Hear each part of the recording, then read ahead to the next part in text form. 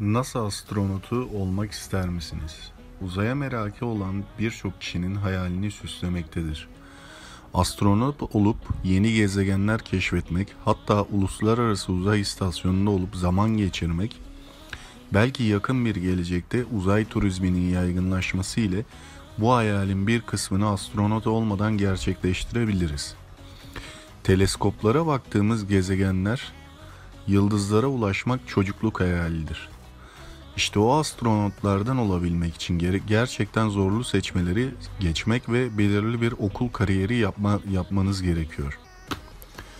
Doktor, avukat, pilot, polis, öğretmen, mühendis ve daha nicesi. Çocukların hayallerini süsleyen bu mesleklerin en iddialısı belki de astronotluk. Peki nasıl astronot olunabiliyor? Bu sürecin nasıl işlediğini merak edenlere öncelikle şunu belirterek başlayalım. Astronot olmak için doktora yapmak, pilot lisansına ya da milyon dolarlara sahip olmak gerekmiyor.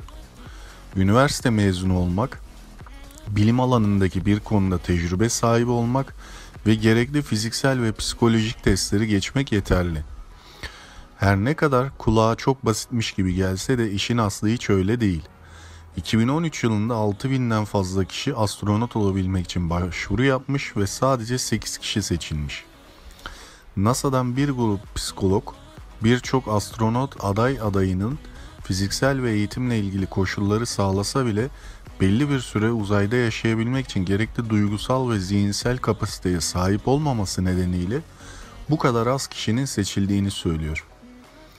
Psikolog Kelly Slack en doğru kişileri aradıklarını ve bulmak zorunda olduklarını belirtiyor.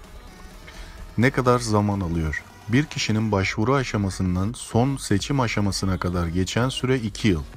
Seçildikten sonra ilk görev, yani gökyüzüyle ilk buluşma içinse genellikle 10 yıla ihtiyaç duyuluyor.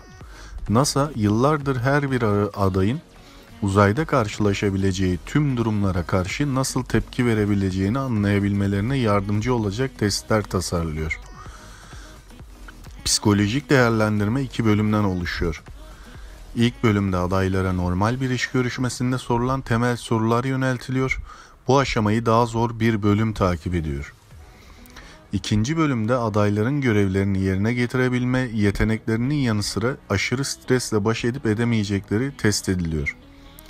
Daha sonra adaya bir astronotun yerçekimsiz ortamda yerine getirmesi gereken görevleri yapıp yapamayacağının değerlendirildiği alan tatbikatları yaptırılıyor. Değerlendirmeler bunlardan ibaret değil. Aslında NASA sadece nitelikli değil, aynı zamanda hızlı hareket edebilen, hızlı konuşan ya da ölüm karşısında soğukkanlılığını koruyabilen, yani her türlü işin altından kalkabilecek kişiler arıyor. Çünkü dünya yüzeyinin ötesinde zihinsel ve duygusal olarak dünyada olduklarından çok daha güçlü olmaları gerekiyor. Bir adayın elemelerde başarılı olamamasına yol açabilecek pek çok şey var. Ancak adayın eğitimi ve psikolojik durumu A tipi nitelikli olarak belirlenmesinde en önemli etken. Bu biraz tuhaf gibi görünse de uzmanlar dünya yüzeyinden 330 kilometre yukarıda toplumun geri kalan kısmından tamamen izole edilmiş bir durumu hayal etmenizi öneriyor. Uluslararası Uzay İstasyonu'nda 6 ya da daha az sayıdaki astronotun aylarca yaşamak zorunda olduğunu göz önünde bulundurmak gerekiyor. Arkadaşlarına ve ailelerine neredeyse hiç erişemiyorlar ya da çok az erişim imkanına sahip oluyorlar. Dolayısıyla bu astronotların kendilerini hem yalnız hem de kısıtlanmış hissetmeleri beklenen bir durum. Bu da giderek stresli bir ruh haline bürünmelerine neden oluyor. Eğitim şartı. Şimdi eğitim deneyimi başvururken karşılaşılan ilk engellerden biri. Ancak neyse ki başvuru koşulları mühendislik, biyoloji bilimi, fizik bilimi ya da matematik alanlarına minimum lisans derecesini takiben 3 yıllık profesyonel deneyim ya da jet uçakta 1000 saatlik kaptan pilotluk hizmeti vermiş olma zorunluluğuna inmiş durumda. Fiziksel şartlar. Eğitim koşullarını tamamladıktan sonra adaylar fiziksel bir sınava tabi tutuluyor.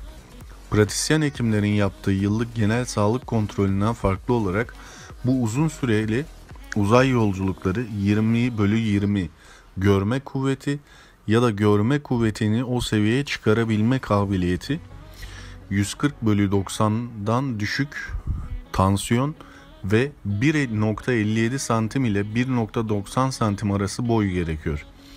Neyse ki daha uzun müstakbel astronotlar için boy limiti birkaç santim daha artmış durumda. Değerlendirme süreci.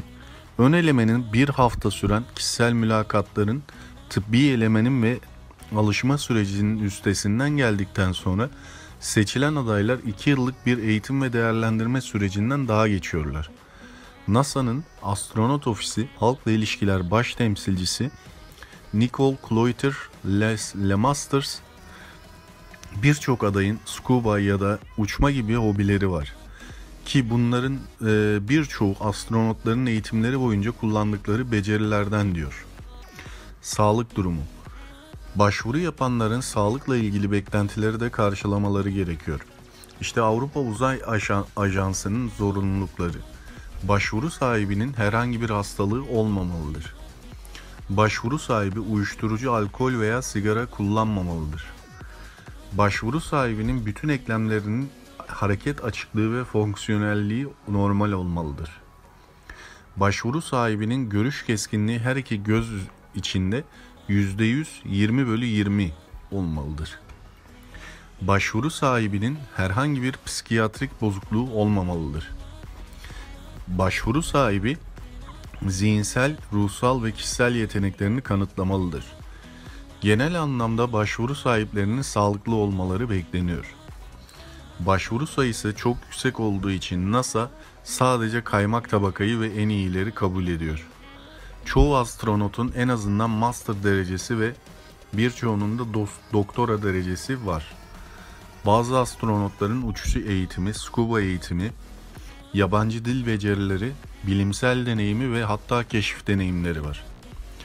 NASA'nın ve ESA'nın astronot başvurularıyla ilgili sırasıyla web sitelerini kaynak olarak sizlere video sonunda vereceğim arkadaşlar.